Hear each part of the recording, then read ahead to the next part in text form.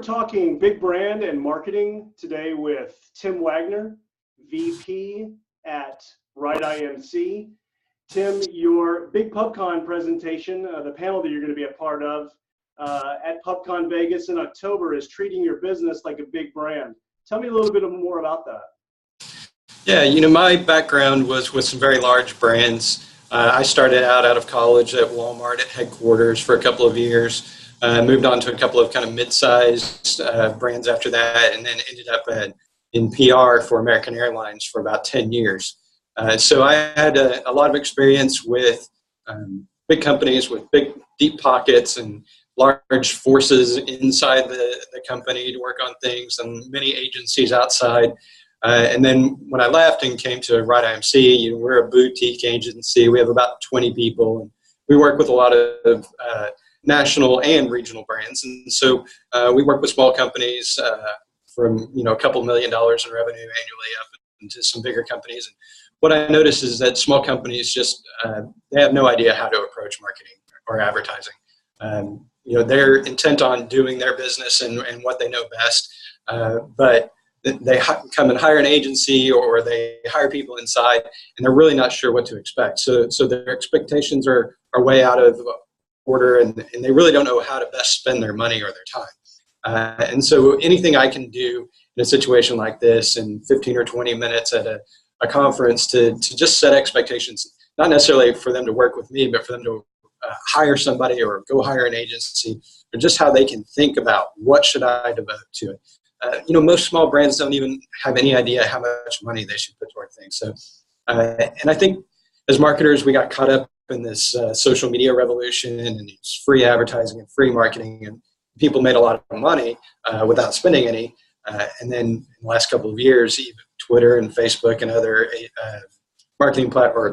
social media platforms have locked down the advertising. So if you're a brand on Facebook right now, you might reach 1% of your people, 1% of people who like your page with any given post, unless you promote it. So, the days of free advertising, I think, are gone. Although free advertising is definitely an oxymoron. And that's another thing I talk about. It's just the difference between advertising, which is paid, and marketing, which is something you own and control, and then public relations and social media, which you are sort of hybrids of those two things. So I really run through the gamut as quickly as I can and just try to set some expectations.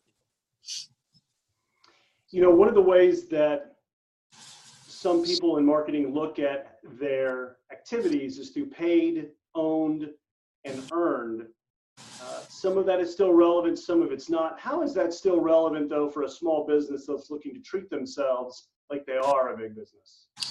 Yeah, it's one of the dangers. A lot of people try to transact business on Facebook, particularly, which is a bad concept from the beginning, although it did work for a while. But anytime you're on somebody else's platform, you have nominal control over it, but that can change from day to day. They change their terms of service, and so it really put a lot of people who put their eggs in one basket into a world of hurt when terms of service changed, and all of a sudden they weren't reaching 100% of their market. They were reaching 1 or 2% of the market. And so I go over paid, which is advertising, which could be PPC, display advertising, it could be social promotion, earned media, which is some of that social media, that organic reach that you have. Your blogs are owned and earned a little bit because you have to do some promotion to get people there.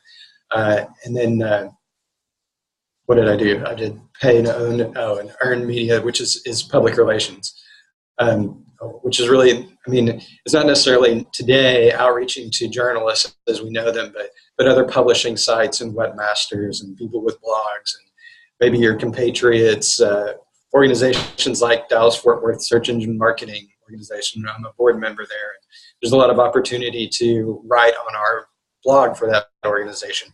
Moz is another organization within SEM that gives a lot of people opportunities to be published there. So that's the sort of earned media that's out there to promote. So going back just for a second, I think the main point of your PubCon presentation is going to be around setting expectations so that yes, you want to treat your business like a big business, but you need to have a proper expectation setting to understand how to evaluate and what you should be doing with your marketing activities so that you can treat it like a big brand. Can you give us an idea of what those expectations are, maybe kind of one big one that you think is important the small businesses realize when it comes to expectation setting? Yeah, I'll give a couple of them. It'll give away a couple of my slides, but that's okay. I don't think people know where to start with a budget. So we've had a number of clients who've come in and they've worked with other agencies and they've got a budget in mind, and it just seems incredibly small to me. And it's just because they don't really know where to start. And so I start people off and I say, you should think about 8 to 10% of your revenue going towards your marketing. That may mean you have to save up, or maybe it means you start at 5%. But when you do find a formula that works, say you've spent $100 and you've made $300 on that. A lot of people also say, well, you think I can get to $300 by only spending $75? And that's just not the way it works. You want to spend $200 to get to $600. And then you spend until it sort of bottoms out, or not bottoms out, but levels out. And then okay, maybe I've saturated. Maybe that's what my spend should be. But you always spend more to make more. You never spend less to make more. I think one of the other things I talk about is how to approach an agency relationship. And I think there's only one question you should ask an agency, and that is, I've got this much money. What's the best you can do with it? And if you went to 5 agencies with that and you said, I've got a $100,000 budget this year, what's the best you can do with that? I can look at your business, I can do some initial analysis, and I can present you my best educated historical look at what we can do in the future for you. And I'll put that up against any other agency out there, because if they're doing their due diligence, they'll do the exact same thing I do. And maybe they'll come up with a different idea, and that's neither right nor wrong. The ROI is ultimately what decides if you're going to stay with any kind of strategy or any kind of agency partner. But if you come to me and you say, I've got $10,000 and I want you to do X with it, well, I'm going to say you might as well do it yourself, because you're not coming to me for my expertise. You're treating me as if I'm just an employee, and you're setting the strategy. And that's not what I want to be. And that's not the best use of an agency as a partner. The best use of an agency is to tap into their knowledge across all sorts of advertising and marketing areas. More you can get for $100,000, you can get access to 8 of my people across 12 months, whereas $100,000 might get you 1 or 2 people in-house to do the same job. And so that's the benefit of having an agency partner. And so that's one of the things I address in there. Yeah, that's great, Tim. You're going to have a great presentation. Tell everybody where to find you at PubCon Vegas. Sure. I'll be presenting Wednesday afternoon. I think I'm one of the late sessions, around 3 or 4 p.m. on Wednesday, October 7th. I'll be wandering around the halls Monday and Tuesday as well, and I think I leave out Thursday. So you can find me. I'm at PR Ranch on Twitter, so that's a good way to get a hold of me. I can't guarantee you I'll have a beard by then, because it's sort of transient, but now you know what I look like, so you can catch me and just stop and chat, and I'll buy you a drink, or we'll go out to dinner or something like that. So, Tim, should we get a tweet contest going, like the first 100 tweets, keep it or shave it, wins? No. Hashtag is shave it, Tim. Yeah, I mean, you can try, but it's really up to my wife and my child, and they both like it at the moment. So we'll see as it gets scragglier how much they like it. I'm trying to decide if I should diet a little bit, but yeah, I think it'll be around. It's not itching too much this year, so I keep it at least through hunting season if I can.